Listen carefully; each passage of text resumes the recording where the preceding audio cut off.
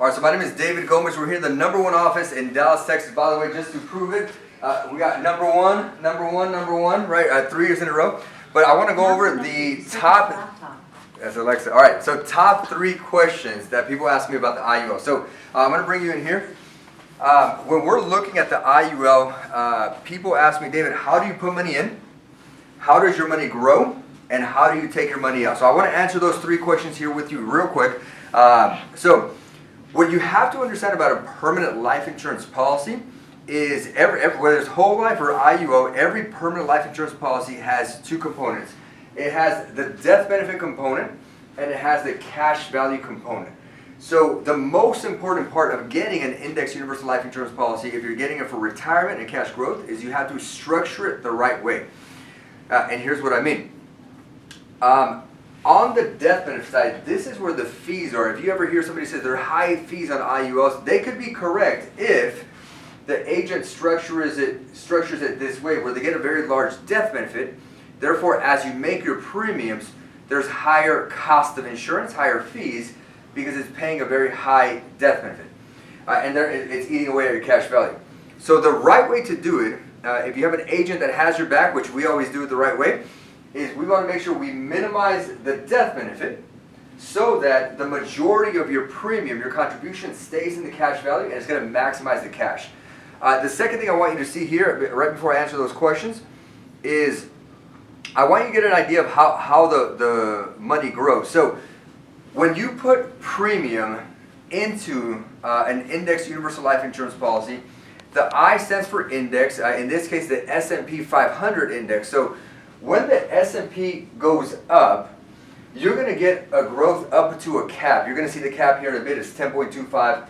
So let's say the market does 8%, you'll get 8%. 9%, you'll get 9%. 10%, you'll get 10%. If it does 15%, you'll get up to the cap of 10.25, right? But if it does negative 10%, your money is protected and your gains are protected as well. This is why the IUL is so popular. Market goes up, you get a portion of the growth. Market goes down, you're protected. So let me now show you some actual numbers, software here. All right, so let me bring this in here.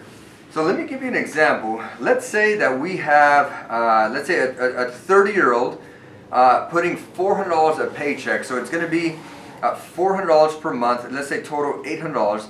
We want to make sure we hit minimum death benefit so that we can maximize the cash value. This is going to be the very important part. Minimum death benefit, maximize the cash. That's what I was showing you a couple minutes ago.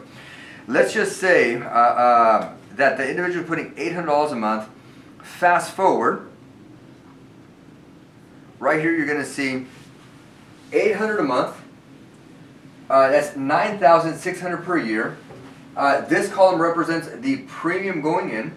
Now the minimum death benefit required is $257,000. Okay. Right here, the accumulated value. This is how your money is performing. Now, if you see, you put in $9,600, but you only have access to $8,600. Or forgive me, you have $8,600. What happened to that other $1,000? That went to the cost of insurance. This is why it's so important to minimize the insurance. Otherwise, it'll be high cost, which pulls from your cash value. So this column here represents how much you have access to, which we'll break down here in a bit. But if you notice, after the first 12 months, you only have access to around 50%. By year 2, year 3, year 4, year 5, right? You have access to 45 of the 48. So you have access to almost all of it. So the longer you have it, the more access you get. By the time you pass 10 years, the amount you have access to is equivalent to the amount in the accumulated value, okay? So I wanted to give you that summary. So question number 1 is, David, how do you put money into the account? So you have different options. Most people are going to put money in either on a monthly basis or an annual basis. We have a lot of people putting the money in annually.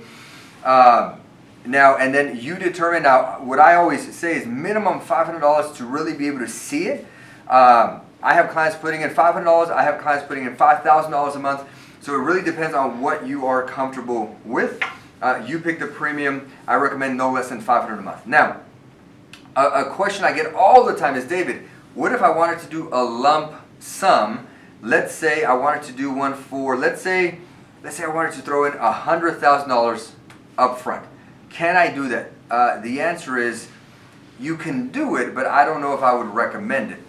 What you need to understand is the amount of money that you put into the IUL in the first year is going to determine the size of the death benefit needed for your account to remain tax-free.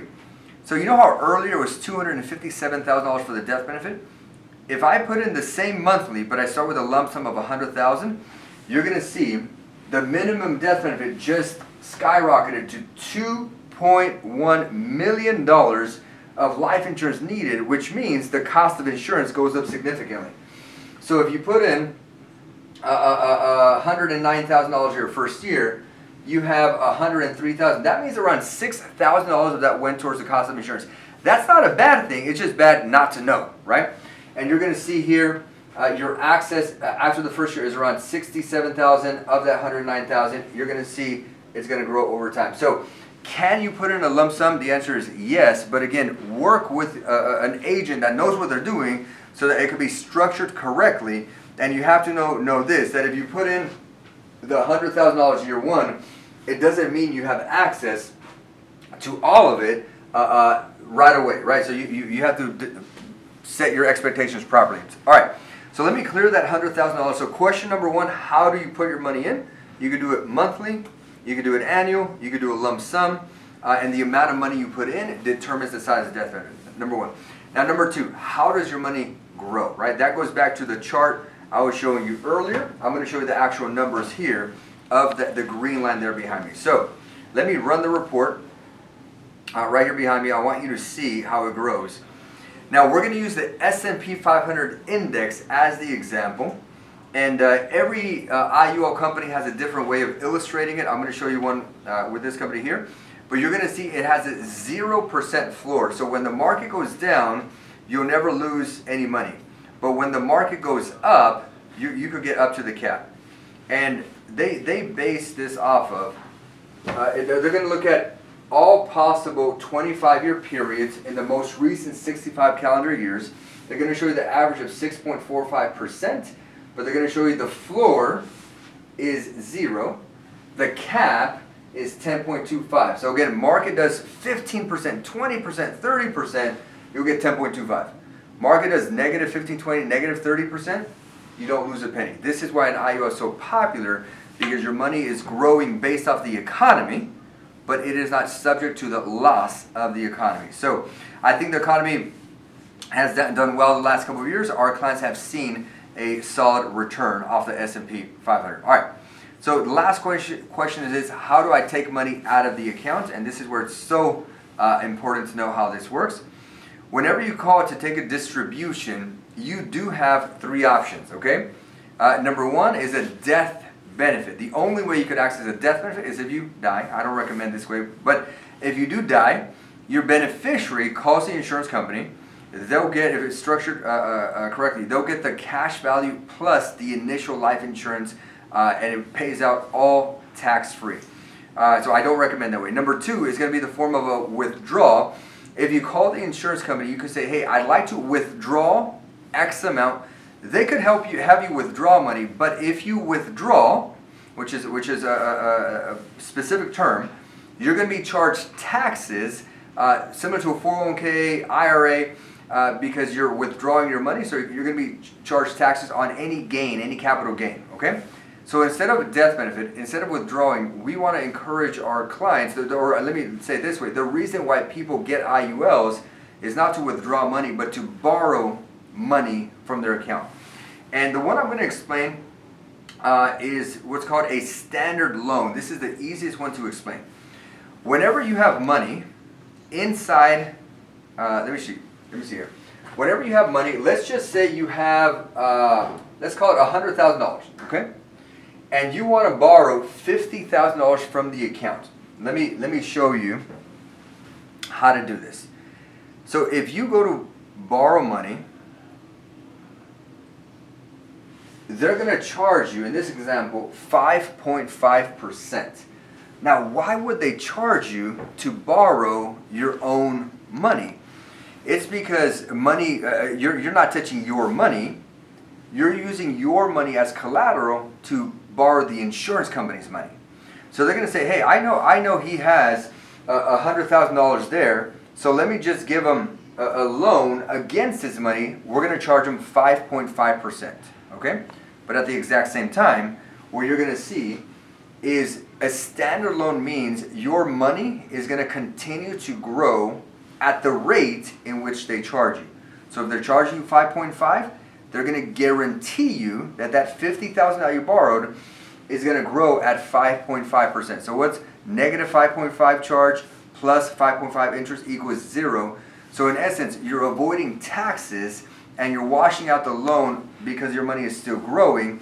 So you're able to access your money that way. So you could death benefit, you could access it via death benefit, access it via withdrawal, but people who get IULs, they access it via a loan, knowing that it's actually a wash, to use a street term there.